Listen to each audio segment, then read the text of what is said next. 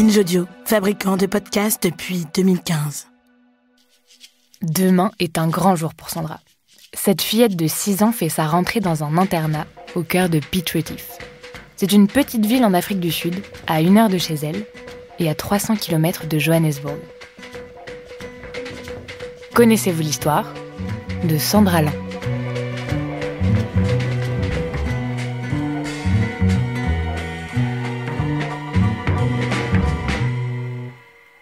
Sandra est prête. Sa robe noire et courte, ses chaussettes blanches et hautes, sa cravate et sa veste. Tout a été lavé et repassé avec soin. Les chaussures ont été cirées et sa maman lui a même acheté un petit chapeau pour l'occasion. Sandra est prête, mais un peu stressée. Normal. Elle a du mal à s'endormir. Elle prie de toutes ses forces pour que demain, elle se fasse plein de copains.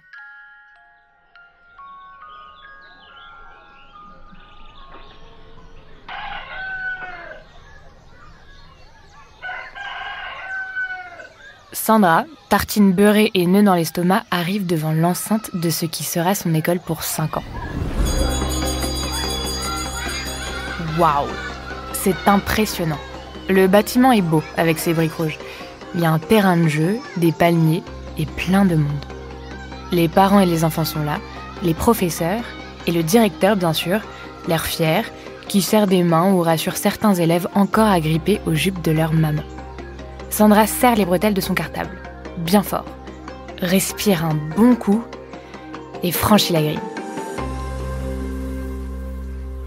Elle remarque rapidement qu'on s'écarte en la voyant, qu'on la dévisage. Certains enfants ont l'air effrayés, d'autres ricanent en murmurant quelques mots à l'oreille de leurs voisins.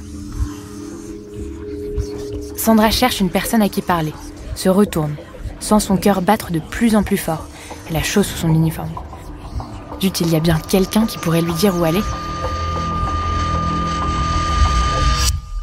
Dans cette école de Deborah Retief Boarding School, Sandra vient de se rendre compte, à l'âge de 6 ans, qu'elle est noire. La seule noire dans une école de blancs.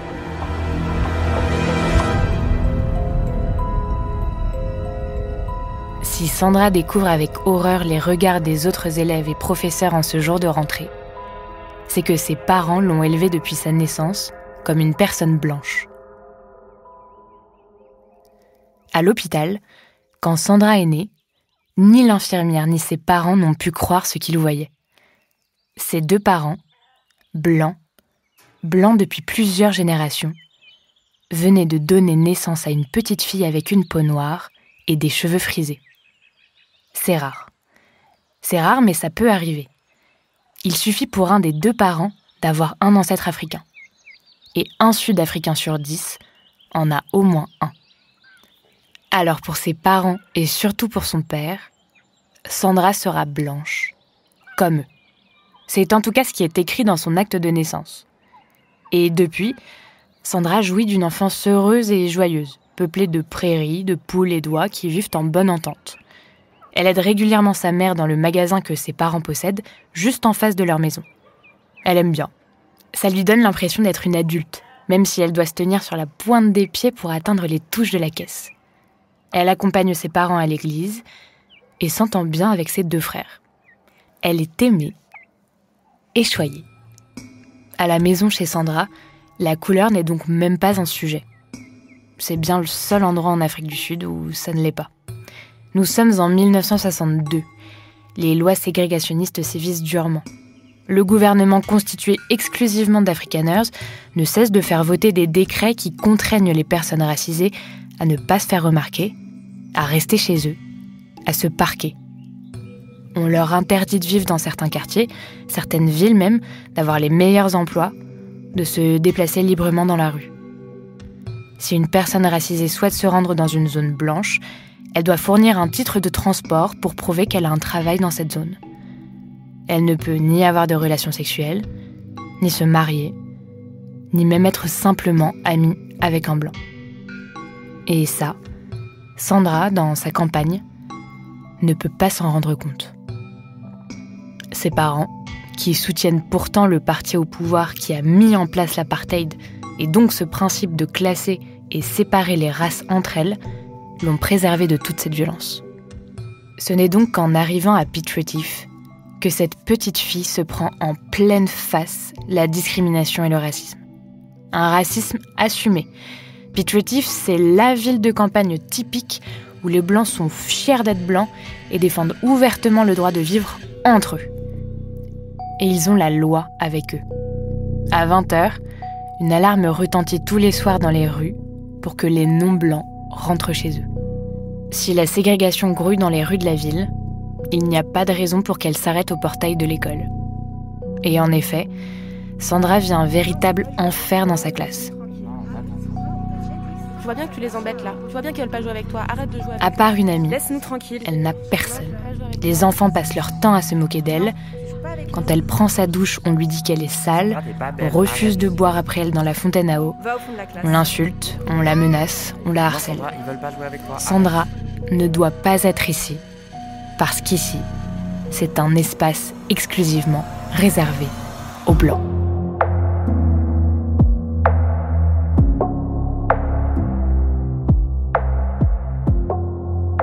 Sandra doit se taire malgré des humiliations successives. Elle est régulièrement punie et enfermée dans une pièce obscure pendant plusieurs heures. Pendant 4 longues années, les enseignants et le directeur de l'école mènent une campagne acharnée pour la faire envoyer. Le directeur fait même pression auprès du département de l'éducation dans une lettre. Les cheveux sont noirs, clairement frisés. Les yeux sont marron foncé, presque noirs. Les lèvres ressortent d'une certaine façon, comme pour une personne avec du sang mélangé. Selon mon opinion personnelle, cet enfant ne devrait pas être admise dans une école blanche. Un matin, devant tout le monde, les autorités lui font passer le test du crayon dans les cheveux. Si en se penchant, le crayon reste en place, ça veut dire qu'elle est noire. Quand Sandra revient chez elle et qu'elle raconte son quotidien, que les autres enfants sont méchants avec elle et que ses professeurs la maltraitent, sa mère essaye de la consoler comme elle peut et lui dit de les ignorer. Ils finiront bien par se taire. Un jour, Sandra est en classe. Sa professeure l'invite à se rendre dans le bureau du directeur. Elle voit face à elle 2 policiers. 2 policiers blancs qui l'attendent pour la ramener chez elle. Sandra n'y comprend rien. Elle croit avoir commis une erreur, ressasse dans sa tête la chronologie des jours précédents, une mauvaise note, un mauvais comportement, un oubli, un retard. Rien. Elle n'a rien fait du tout. Le directeur a simplement eu raison de Sandra, qui, à l'âge de 10 ans, est renvoyée pour sa couleur de peau. Née blanche aux yeux de la loi, on lui impose de devenir métisse. Une chasse aux sorcières s'organise contre elle et sa famille. Leur entourage se retourne contre eux. On les ignore à l'église, on leur refuse l'entrée chez le glacier, et sa mère est accusée d'avoir eu une relation avec un homme noir, ce qui est formellement interdit. Sandra est par la suite rejetée par 9 écoles. Son père fait tout son possible pour faire annuler la reclassification de sa fille en tant que métisse, mais il n'y parvient pas. Ses parents refusent de solliciter une cour d'appel spéciale appelée Race Classification Appeal Board.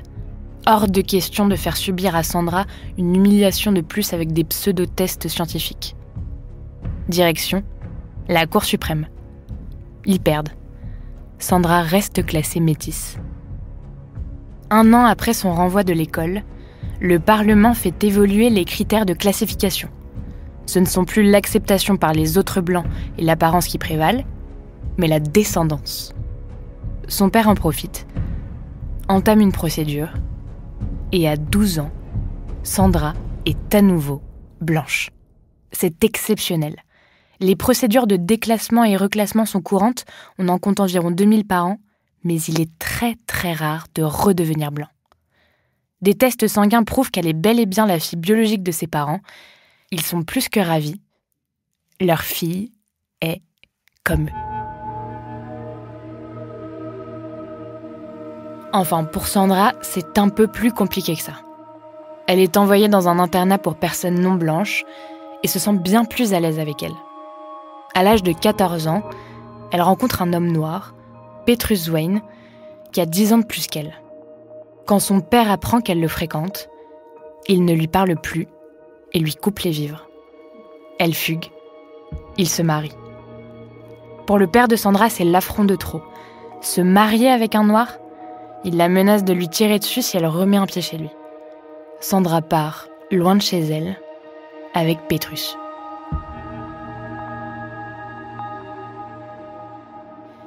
Les années qui suivent sont mouvementées. Ils font des enfants, sont délogés de chez eux et doivent déménager vers un autre village. Sandra est inquiète qu'on lui prenne ses enfants, car elle n'est pas de la même catégorie raciale qu'eux. Elle demande donc à redevenir métisse. Mais les autorités refusent, elle est mineure, et son père ne donne pas son accord. Entre Petrus et Sandra, la relation se détériore. Son mari devient alcoolique et violent. Elle perd la garde de ses enfants parce qu'elle doit se faire hospitaliser et que personne ne peut les garder.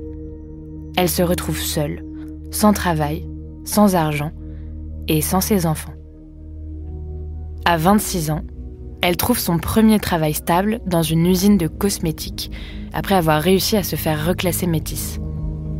C'est son 4e changement d'identité. Sandra récupère enfin ses enfants. Une nouvelle vie s'offre à elle. L'année 1994 sonne la fin de l'apartheid. Sandra a 39 ans. L'Afrique du Sud, malgré des tensions très vives dans le pays, procède à ses premières élections multiraciales au suffrage universel.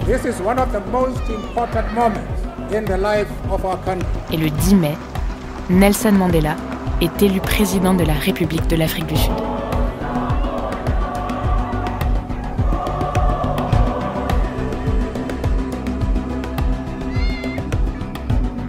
Aujourd'hui, Sandra vit bien loin de Piet Retief. Elle a déménagé à Del Park, à l'est de Johannesburg, dans une superbe maison, la plus belle qu'elle n'ait jamais eue, et dont elle est très fière. Elle a un jardin où elle a planté des arbres, il y a même une piscine. Cette maison, elle a pu l'acheter parce qu'en 2000, un réalisateur britannique a décidé de faire un film sur sa vie. Ça a bien marché. Ils ont par la suite continué à travailler ensemble pendant des années. Il est bien difficile d'imaginer tout ce qu'elle a dû endurer. Avec son histoire familiale plus que chaotique, Sandra chérit celle qu'elle a construite. Son salon est plein à craquer de photos d'elle enfant, de ses parents, de ses enfants et de ses petits-enfants. Elle adore les anniversaires et les Noëls, qui sont autant d'occasions de se retrouver ensemble. L'histoire de Sandra a pu mettre en lumière toute l'inhumanité, l'absurdité et la violence de ce système raciste. Malgré tout, elle a gardé une grande culpabilité vis-à-vis de sa famille, considérant qu'elle avait fauté d'être partie de chez elle. Juste avant que sa mère ne décède, Sandra a pu lui rendre visite dans sa maison de retraite une dernière fois. Elle n'a en revanche jamais revu son père depuis sa fuite.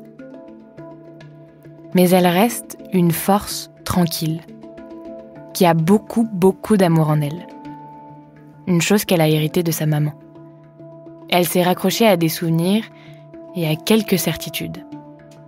Que sa mère l'a aimée profondément, qu'elle a fait de son mieux, qu'elle s'est inquiétée pour elle, et que jamais elle ne l'aurait laissé sortir sous le soleil sans son petit chapeau.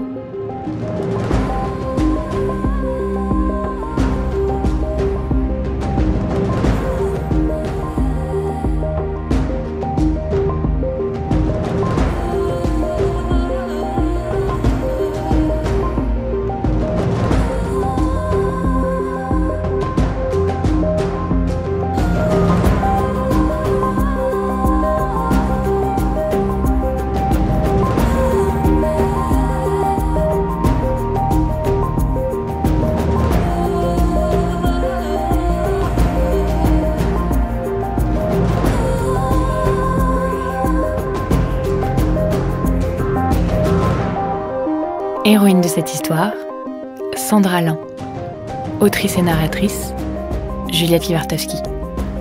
Réalisatrice, Solène Moulin. Productrice, Diane Jean. Recherchiste, Cyrine Azouaoui. Générique, François Clos et Thomas Rosès. Connaissez-vous l'histoire? Car l'histoire, c'est nous.